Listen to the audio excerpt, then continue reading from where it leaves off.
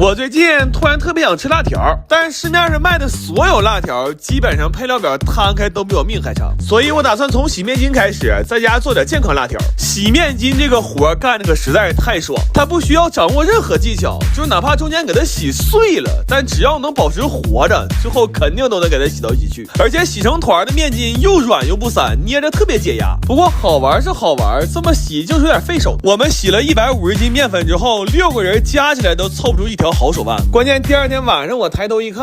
我那手和胳膊洗的都不是一个色儿了。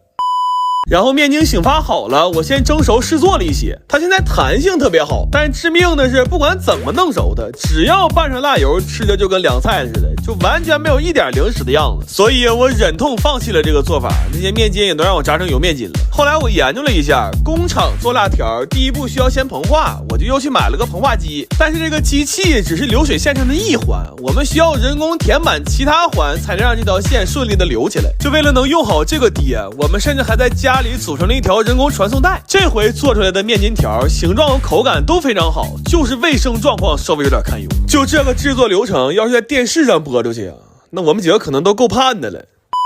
然后这些辣条棒要稍微风干一下才能用，这会儿正好没啥事拆了几个快递。这快到夏天了，出门也越来越勤了，就在识货 APP 查低价买了几双新鞋，每双都是颜值在线的经典款，而且百搭又舒服。关键识货上买鞋不仅保真还特别优惠，这几双同款还有其他热门款，点我评论区就能看见，真的便宜很多，你们快去看看吧。然后为了能让这辣条更好吃，我先用10几种油调了一个复合油，又放了好多菜和料给它炸成了一锅料油，甚至还用10几种香料做了一个混合料粉。调完这些料，我坐着算了算账，我发现我们现在这个配料用的呀，都快比主料贵出50倍了。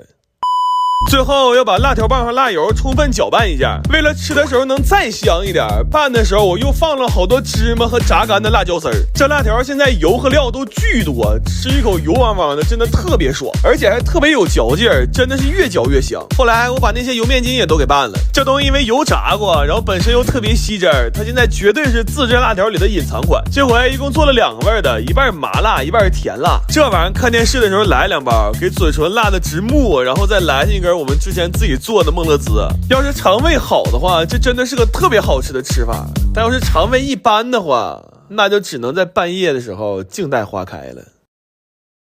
我最近特别想吃小时候吃的那个无花果丝儿，但是现在卖的基本都是地瓜做的，它吃起来特别面。然后我研究了一下，发现小时候吃的其实都是萝卜做的，所以我们去扛了1200斤萝卜回来。我打算在家报复性做点这玩意儿，来弥补一下小时候不舍得大把吃的遗憾。不过要想实现这个报复啊，首先你得能忍受得了这萝卜的香味儿。这么多萝卜放一起，那劲儿实在太大了，我那几天都没敢出门见人。就当时那个状态，我要是出门站到一个陌生人旁边的话，他10000%分不清我是在那自己喘气呢，还站在旁边偷摸放屁了。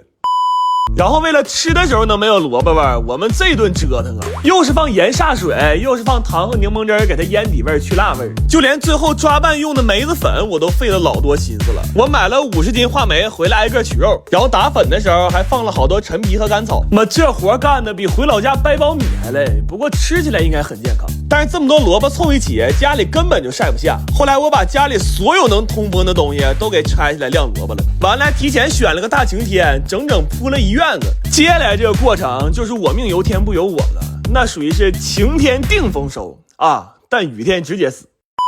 把这些萝卜都晾上了，后面就没什么活了，我们也能出去过个节了。正好前2天在得物买的阿玛尼黑武士手表也到了，我火速就给带上了。他们都是品牌执法有正品保障的，还有假1赔3售后保修的服务。现在点评论区打个得物，还有机会抢1000元无门槛优惠券，你们快去看看吧。然后这些萝卜晒了2天半，那状态特别好，我感觉再风干1个晚上就能丰收了。但是万万没想到，那天晚上太极否来，物极必反了。那后半夜睡得最实的时候，外面下了3个小时雨，生生把我要晒好的萝卜干都给浇成萝卜了。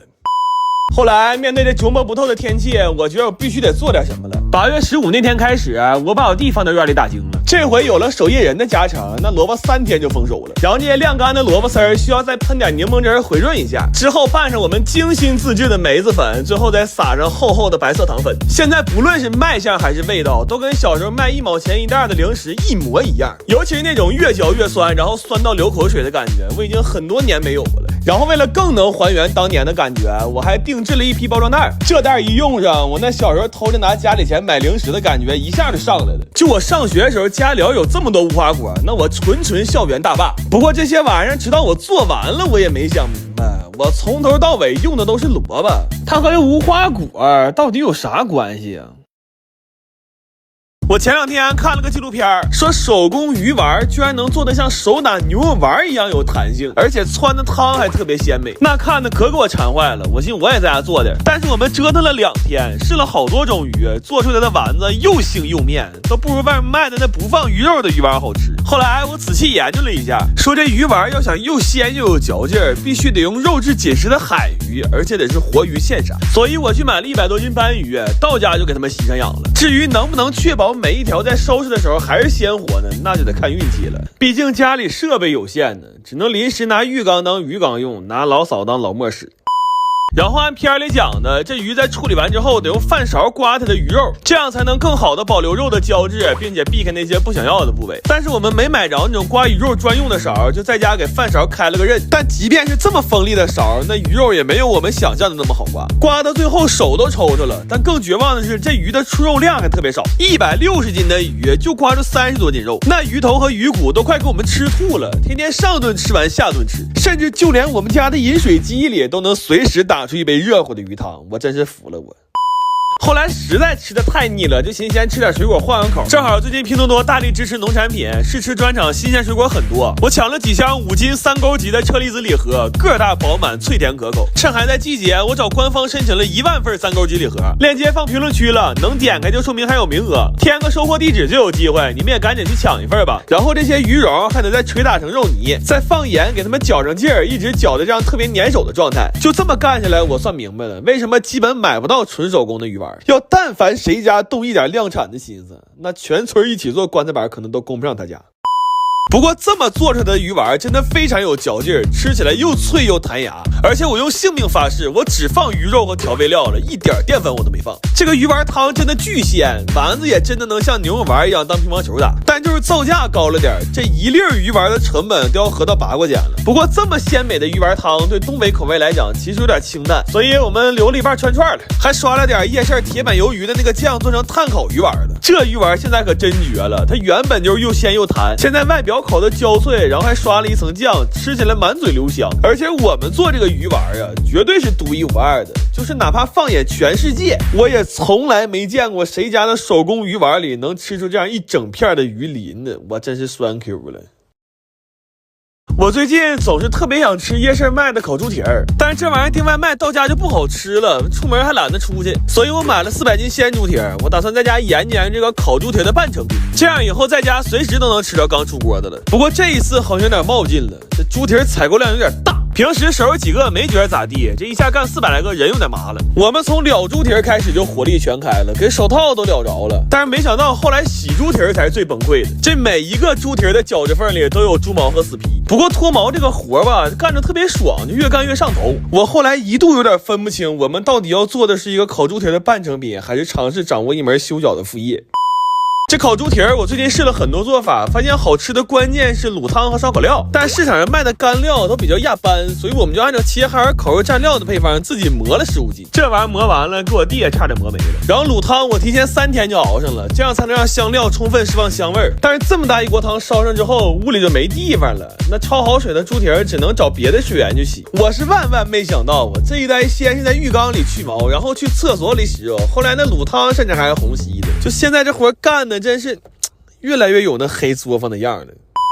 然后猪蹄儿洗到过了自己那一关之后，就可以去卤泡了。完这会儿待着也没啥事儿，我们就寻思先吃点饭，还买了点肉肉强爽小酌一下。但是没想到这玩意儿劲儿真大呀，一块8度都感觉2瓶啤酒了。给这俩爹喝的直上腚，非要上雪地里撒点野。他俩作了3-4个小时才醒酒，这才算勉强能接着干活。正好这会儿猪蹄儿也卤好了，现在不管是颜色还是味道都特别好，稍微凉一下就能拿去烤了。然后卤猪蹄儿的这锅汤以后就可以当老汤用了。我粗略估算了一下，这锅汤我们要省着点吃的话，基本可以确保在我临走那天席上，他还有机会登场。